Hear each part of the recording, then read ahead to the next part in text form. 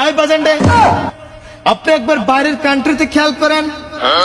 বাইরের কান্ট্রিতে একটা ছেলে যখন একটা মেয়েকে পটায়, একটা গার্লফ্রেন্ড ম্যানেজ করে ফেলে, সর্বপ্রথম সেই খবরটাই সে দেয় তার বাবাকে।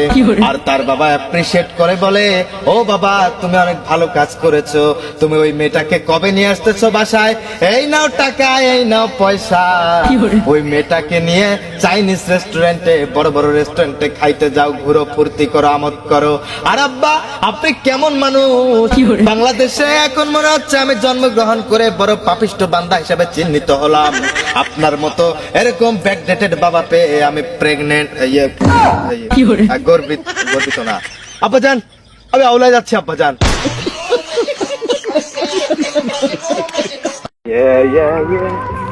আব্বাজান আসসালামু আলাইকুম। ওয়ালাইকুম আসসালাম। আব্বাজান আপনি কোথায় যাচ্ছেন আর কেমন আছেন? আছি, ভালো আছি। আমি খেতে যাচ্ছি কাজ করতে। আর তুমি এরকম কে এত খুশি খুশি লাগতেছে? আব্বাজান আমি তো খুশিতে আত্মহারা। আব্বাজান আমি বলেছিলাম না আপনার এই ছেলের জন্য আপনাকে আর কোনোদিন কষ্ট করতে হবে না। হ্যাঁ, এতদিন ধরে আপনাকে কষ্ট দিয়ে আসছি, আর আপনাকে কষ্ট দিতে চাই না। আব্বাজান আমি নিজের একটা ব্যবস্থা করে ফেলেছি। আব্বাজান আমি জানতাম তুমি আমার মুখটা উজ্জ্বল করবে। ইয়েস আব্বাজান। আমি তোমাকে যতই পাগল ছাগল বলি না কে, তুমি তো আমার ছেলে। তো চলো বাবা, তোমার কি চাকরি জানি হলো? চাকরি? আব্বাজান এটা আপনি কেমন কথা বললেন? আর চাকরি, একটা ছেলে মানুষ যদি চাকরি পায় সেজন্য কি তার বাবা মায়ের মুখ উজ্জ্বল হয়? আর মুখ উজ্জ্বল হয় বিভিন্ন কারণে। মুখে ফেয়ার এন্ড লাভলি মাখলেও তো মুখ উজ্জ্বল হয়, তাই বলে সেই উজ্জ্বলতা এই উজ্জ্বলতার মধ্যে বিশাল ডিস্টেন্স। আপনাদের কে বোঝাবে? আর কিসের সাথে কি পান্তা ভাতে ঘি, কিসের সাথে কি মেলাচ্ছেন? আব্বাজান তাহলে এত খুশি কে, কি হয়েছে? আব্বাজান আমি একটা মেয়ে পটিয়েছি। ইয়েস আব্বাজান, এতদিন সিঙ্গেল ছিলাম, এখন তোমার এই ছেলে মিঙ্গেল হয়েছে, আমার একটা গার্লফ্রেন্ড আছে। আপনাকে না বলেছিলাম আবার বিয়ের জন্য পাত্রী খুঁজতে, আপনি কষ্ট করেছেন, আপনি পারেননি। দিন শেষে বাবা হিসেবে ব্যর্থ, একটা সিঙ্গেল ছেলেকে মিঙ্গেল করতে, বিয়ে দিয়ে ডাবল করে দিতে। সেই নিজের ব্যবস্থাটা আমি নিজেই করেছি। আর বিয়ের জন্য মেয়ের কি অভাব পড়েছে নাকি দেশে? আমি একটা মেয়েকে পটিয়ে গার্লফ্রেন্ড বানিয়েছে, এখন তাকে নিয়ে ড্যাং ড্যাং করে বিয়ের পিড়িতে বসে। আচ্ছা বাবা, তোমাকে লজ্জা করে না? তুমি তোমার বাবাকে এইগুলো বলো।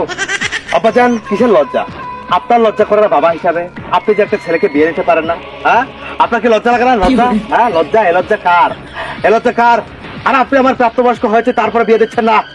এরপর যদি আমি বিয়ের নেশায় পাগল হয়ে পরকিয়া করি, অন্যের মেয়েদের পিছনে ছুটি, মেয়েদেরকে ডিস্টার্ব করি, প্রিচিং করি, কদিন পর থানা হাজতে জেল খাটবো, তারপরে পরকিয়া করে বদনামের বাড়িঘর করে ফেলবো, আর আপনার তখন লজ্জা কোথায় থাকবে?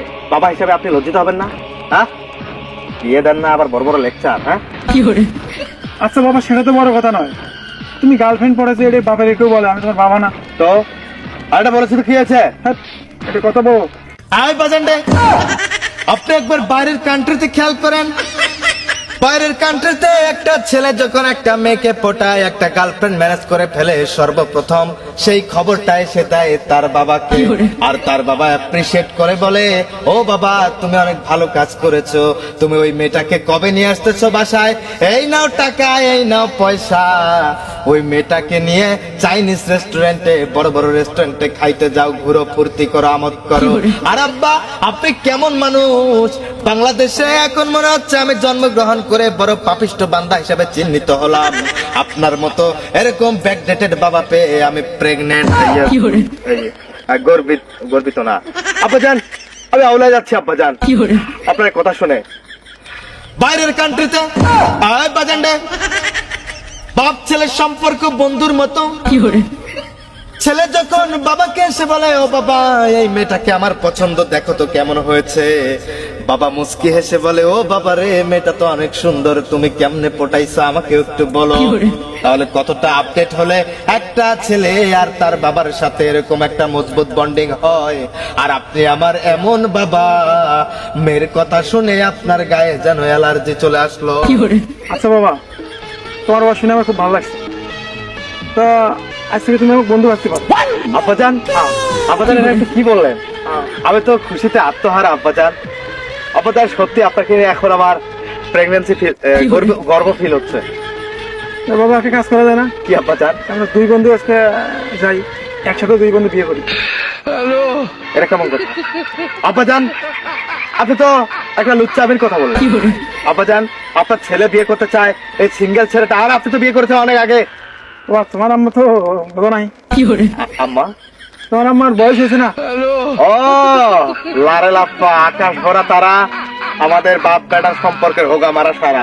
মানে আপনার কাছ থেকে আমি এসব শিখবো? তার মানে দ্বিতীয় বিয়ে করতে হবে? হ্যাঁ, এগুলো শিখবো? আর যান, আপনি যেখানে যাচ্ছেন সেখানে চলে যান।